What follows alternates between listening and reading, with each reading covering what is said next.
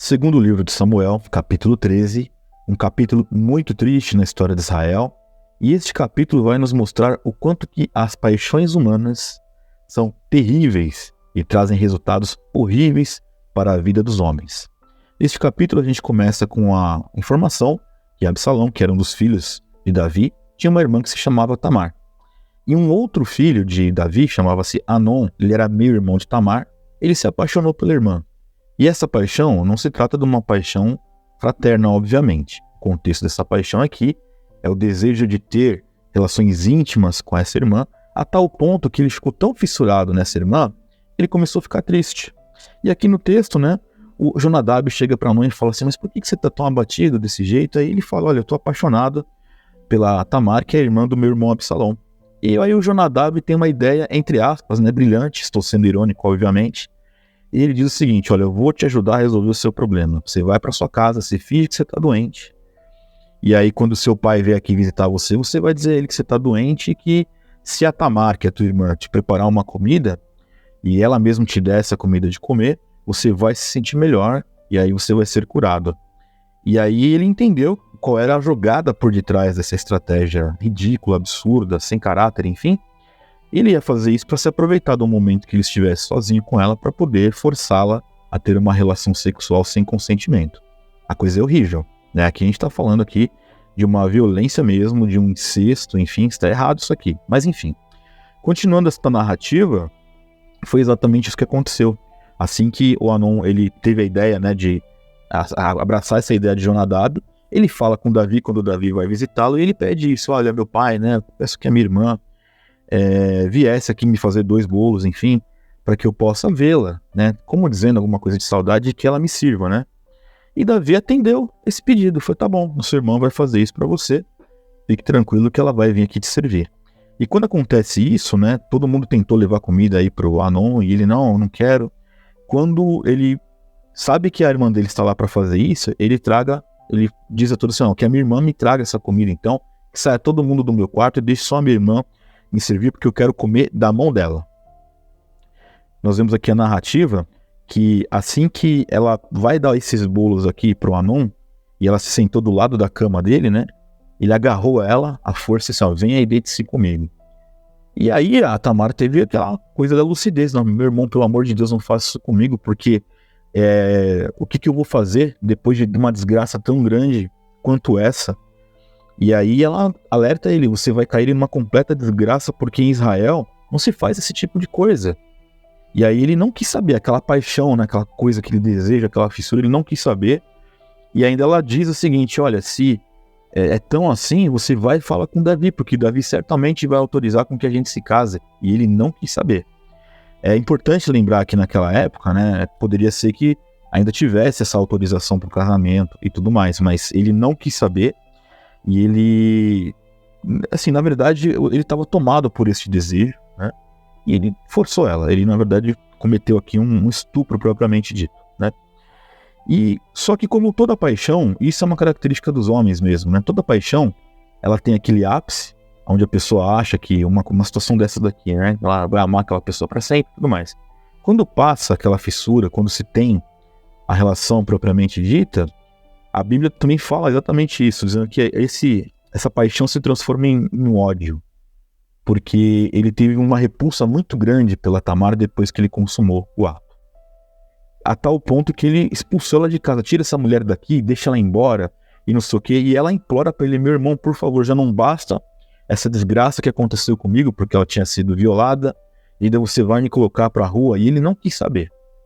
Isso é um traço, infelizmente, muito comum na vida de muitas pessoas até hoje. Você certamente, se olhar ao seu redor, ou se você conhece pessoas, você observa um pouco do comportamento humano, você vai ver muita gente que tem esse comportamento semelhante.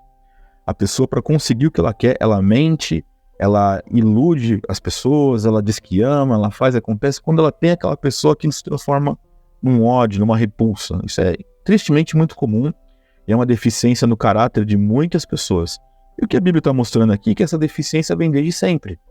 não é uma novidade quando nós encontramos pessoas que fazem esse tipo de coisa, porque a própria Bíblia já mostra que isso aconteceu há muito tempo. Então, voltando aqui à situação, quando o Anon ele despoja assim, a Tamar desse jeito, né, coloca ela para fora de casa, e a Bíblia fala que ela foi para fora de casa e trancaram a porta, não deixaram ela entrar. Ela rasgou as suas vestes, né, como um desespero, naquela situação de contrição, saiu chorando, né, colocou cinza sobre a cabeça, saiu chorando, altamente angustiada.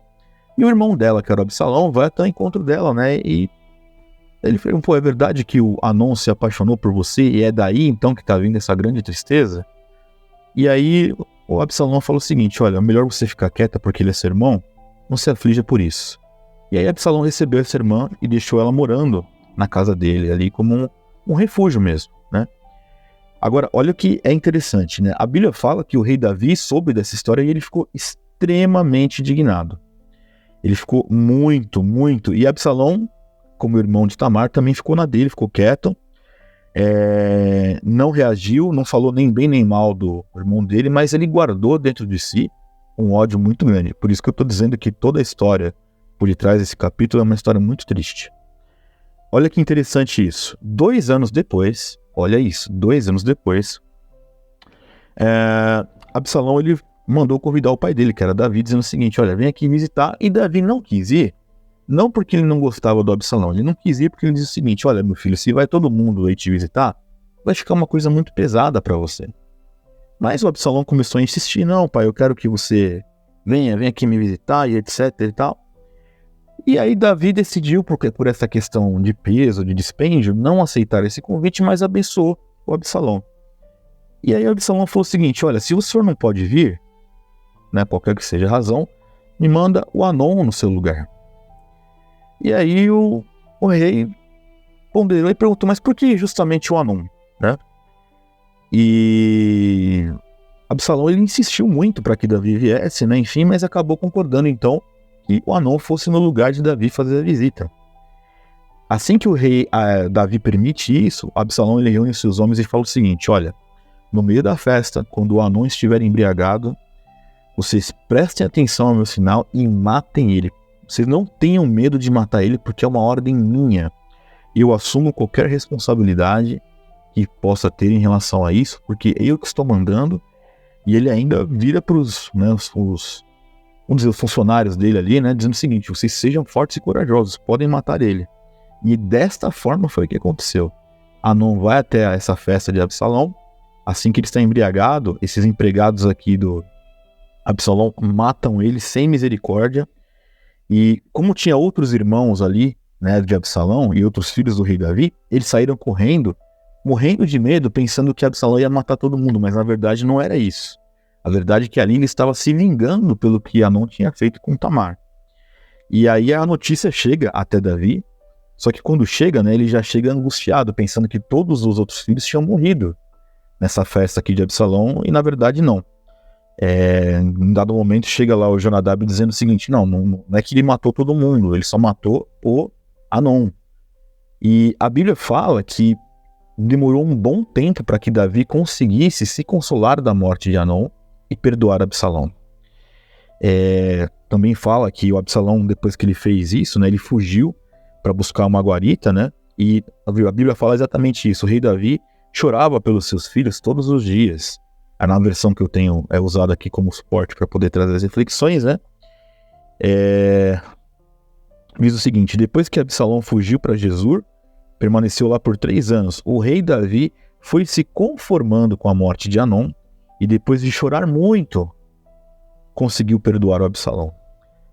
Então nós estamos vendo aqui um problema que aconteceu a partir de uma paixão que resultou numa violência sexual, né, num estupro propriamente dito contra uma irmã, porque não era consentido, no vexame que o Anon fez a Tamar passar, né, porque naquele contexto de época, a mulher que era virgem e fosse e perdessem a sua virgindade com esses requintes, era uma coisa horrível. Nós vimos que houve uma mágoa muito grande entre os irmãos, né, tanto que Absalão esperou por 2 anos para conseguir matar o Anon. Ele mata isso traz um mal muito grande para a casa de Davi, porque Davi demorou 3 anos para conseguir se consolar da morte de um filho e perdoar o outro. Olha que situação. Tudo isso porque lá atrás Davi cometeu um pecado de adultério, e o Senhor disse a ele que a casa dele iria sofrer, que os filhos se levantariam um contra os outros, se levantariam contra Davi. Horrível isso. Mas nos mostra aqui o quão terrível é a humanidade do homem. O quão terrível é o homem sucumbir em suas paixões, porque nunca é um fato isolado. O estupro é horrível, mas se a gente colocasse que o estupro ali como um fato isolado, seria horrível e teria uma punição. Mas isso vai trazendo uma gama de consequências para muitas outras pessoas. A Bíblia não fala com clareza aqui neste capítulo como é que Tamar estava diante de tudo isso, mas certamente não estaria feliz, porque ela era uma vítima. Imagine você o que é sucumbir então às paixões e viver este nível de consequências. Então o que a gente aprende aqui é que as coisas erradas não podem ter finais certos.